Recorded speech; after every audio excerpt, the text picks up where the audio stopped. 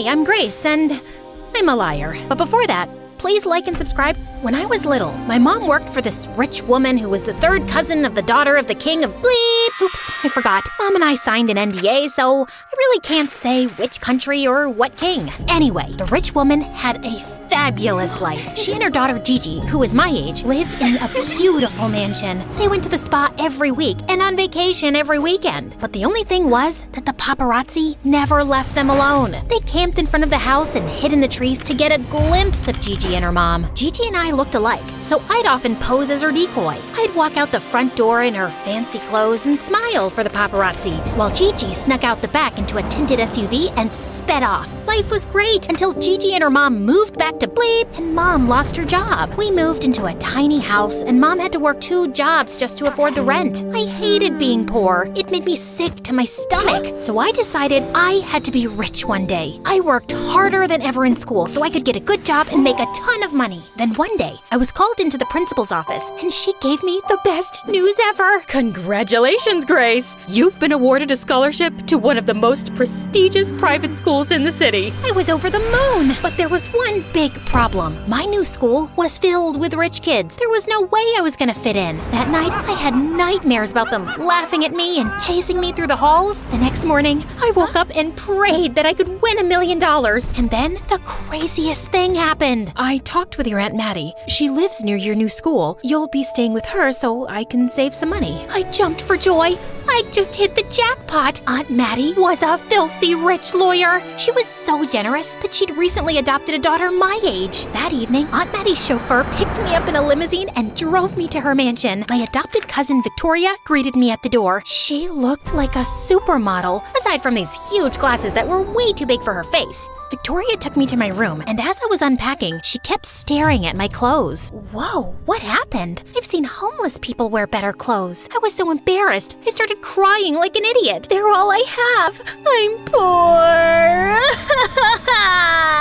Oh, don't worry about it, Grace. I've got your back. You can borrow some of my clothes. I've got plenty. Victoria led me to her room, where she opened a walk-in closet twice the size of my mom's house, filled with dozens of Gucci and Versace dresses, shoes, and handbags. I was in heaven. When we got to school, I strutted like a superstar down the hallway, and all the kids couldn't stop staring at me. In class, the teacher asked us all to introduce ourselves and share something interesting about our families. All the other kids came from wealthy families that owned huge business empires. Some even had parents who were famous celebrities. When the teacher asked me to introduce myself, I walked to the front of the class. I felt really nervous. I couldn't tell them about my poor single mom who worked as a janitor at a beauty salon and waited tables at a 2-star restaurant. Then suddenly, something strange came over me, and the most unexpected words just fell out of my mouth. Hi everyone, I'm Grace, and I'm an heiress to the throne of bleep. Due to the privacy of the royal family, we cannot... Jeez, can we skip the legal mumbo-jumbo and get back to the story? Now, where was I? Oh yeah, everyone in class stared at me like I was a unicorn. I took out my phone and flashed one of my photos from a magazine, and the kids went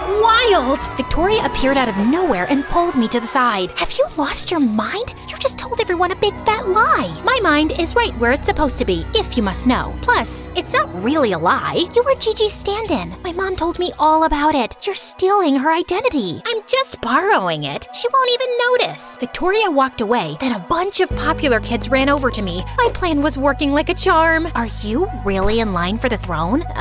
Yep. It's a very real possibility. Everyone in line before me is old and sick. I thought you moved back to Europe. That's fake news. But aren't you living with Victoria?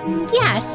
My mother wants me to have a more grounded experience among commoners, but it's just temporary. Ta-ta. Sorry, no more questions today. Maybe we can have crumpets and tea later. Then Damien, the most beautiful boy I'd ever seen, patted me on my shoulder and my heart skipped a beat. His sparkly brown eyes and warm smile made my heart flutter. Your Highness, would you do me the honor of coming to my party tonight? He took my hand and kissed it. Yes, please. That night, I raided Victoria's closet and found the perfect dress. I pranced around in the mirror, flashed my prettiest smile, and practiced kissing my hand. What's up with you? I told Victoria all about how Damien invited me to his party, and she looked pissed. Don't you mention that jerk to me. He's not a jerk. He's really cool, and he looks like an angel. Listen, you'll live to regret it if you choose to hang out with that idiot. Are you sure we're talking about the same guy? Damien's at the top of our class. He smells like fresh strawberries. He's super cute and the captain of the football team. He's perfect. Never mind. I'm out of here. Victoria stormed off in a huff, but I didn't have time to figure out what put a bee in her bonnet. I had to get to Damien's party. Of course, Damien's party was awesome. We danced together for hours, and at the end of the night, he gave me the most romantic kiss. You're amazing, Grace. I know. People tell me that all the time. I've never met a girl like you before. Which made sense because everything I told him was a lie. I must admit, I felt a little guilty for lying, but I wasn't hurting anyone. After that, Damien and I started dating, and we became the hottest couple in school. My popularity was through the roof. Even Victoria stopped shaking her head at me every time we passed each other in the hallway. Life was great until things took a horrible turn. One day, one of the rich kids invited me to an exclusive restaurant. I was busy enjoying my caviar when I looked out the window and saw Victoria and Damien having a heated argument across the street. I was about to go out to snoop on them, but our waiter Brian, this geeky kid from my math class, stepped into my path. Excuse me, you forgot to pay for your food. He gave me a bill of over $200. I had less than $20 in my bank account. I was invited to this party. And we've been told everyone is paying their bill separately. A couple of popular kids started staring at us, so without thinking, I handed Brian my bank card. I'm sorry, but your card has been declined. That's impossible. I'm heir to $1 million fortune. We also accept cash. This is no way to treat royalty. I want to speak with your manager now. I dragged Brian to the side, but I was so afraid he was going to call the cops on me that I decided to tell him the truth. Listen, there's no way I can pay all that money. Maybe we can work something out. You rich kids always try to take advantage of people. Please pay so I can do my job. Aren't you from some royal family anyway? I'm seriously not a rich kid. That was all a big lie. I just wanted to fit in. Suddenly, tears started streaming down my face. Oh, geez, please don't cry. Listen, I know what it's like to want to fit in with the rich kids. I'll put it on my tab, but you have to pay me back this month. I was so relieved. It felt like a huge weight had been lifted. It was good to tell the truth. But then it hit me. If Brian exposed me, my fabulous life would be destroyed. Could you please keep my secret? Sure, but only if you agree to tutor me. I'm kind of struggling with calculus, and I saw you got 100 on the test. I happily agreed. By the time I was done with this drama, Victoria and Damien were gone, and neither of them answered their phones. I called my driver to take me home. I waited in my room for hours, but didn't hear a word from either of them. I was confused, worried, and a little jealous. What on earth could they have been arguing about? A few minutes after midnight, I woke up to hear a car pulling into the driveway. I looked out the window. It was Damien, and Victoria was in the passenger seat. I saw red. I raced down the stairs and ran straight into Victoria. Why are you sneaking around with Damien? We aren't sneaking around. I saw you two arguing at the party. It's complicated, and I'm really tired. Can we talk about it later? It's not complicated at all. You're a jealous witch and a boyfriend stealer. And don't try to deny it. You hate that I'm more popular than you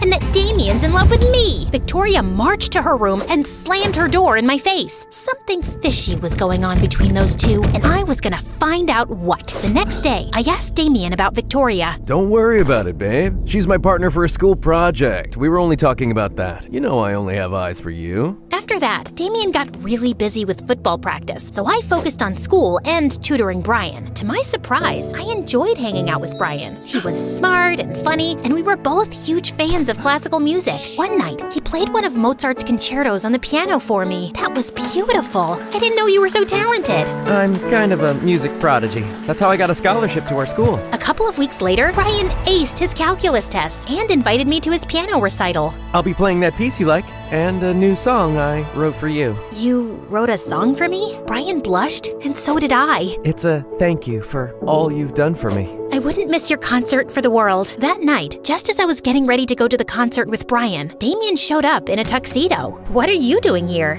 You're funny. I told you I was picking you up. Oh God, I'd totally forgotten that Damien had invited me to be his date for his family's annual charity ball. Come on, we don't want to be late. Damien took my hand and rushed me to his car. When we arrived at the ball, Damien's parents were excited to meet me. They spent the whole night introducing me to all their fancy friends and bragged about how their son had landed the heiress to a throne. I needed a breath of fresh air, so I went out into the back alley for a bit to find Damien and the school's head cheerleader kissing. When they saw me, they turned as white as bedsheets. It's not what it looks like. Actually, it is. Damien and I are in love. I was gonna tell you after the party. I just wanted to impress my parents by saying you were my girlfriend. You're their favorite royal and they've been dying to meet you. I slapped Damien hard in the face and stormed out of there. The next day, Brian marched up to me at school with a huge scowl. I waited for you for over an hour and you didn't even call. I'm sorry. I had another engagement. Like what? Your fake royal duties? If you didn't want to go, you should have just told me. You didn't have to play with my feelings. I may not be one of the popular kids, but I don't deserve to be treated like trash. Brian stormed off. I was gutted, and just when I thought the day couldn't get any worse, I got an alert on my phone. A gossip website had done a news report on me and outed me as a fraud. All the kids crowded around me like an angry mob. I ran outside and straight into a bunch of crazy paparazzi. They chased me through the parking lot. I darted down the street and jumped into a cab. Get me out of here, please. The driver hightailed it out of there. When I got home, I raced up the stairs and locked myself in my room. Then suddenly, someone unlocked my bedroom door and turned the knob. Terrified, I hid under the bed. My lies had finally caught up with me. The police would haul me off to jail. My mom would be so embarrassed she'd disown me. The whole thing might even go on my permanent record. I closed my eyes and braced myself for the worst. Please have mercy. I'm just a kid. I made a mistake. I'm sorry. Don't be so dramatic. It's just me. I told you all this would blow up in your face. The lying. And most of all, Damien? Was he dating you too? No, gross. Damien and I lived in the same foster home years ago. That night at the restaurant, I got a text about our foster mother.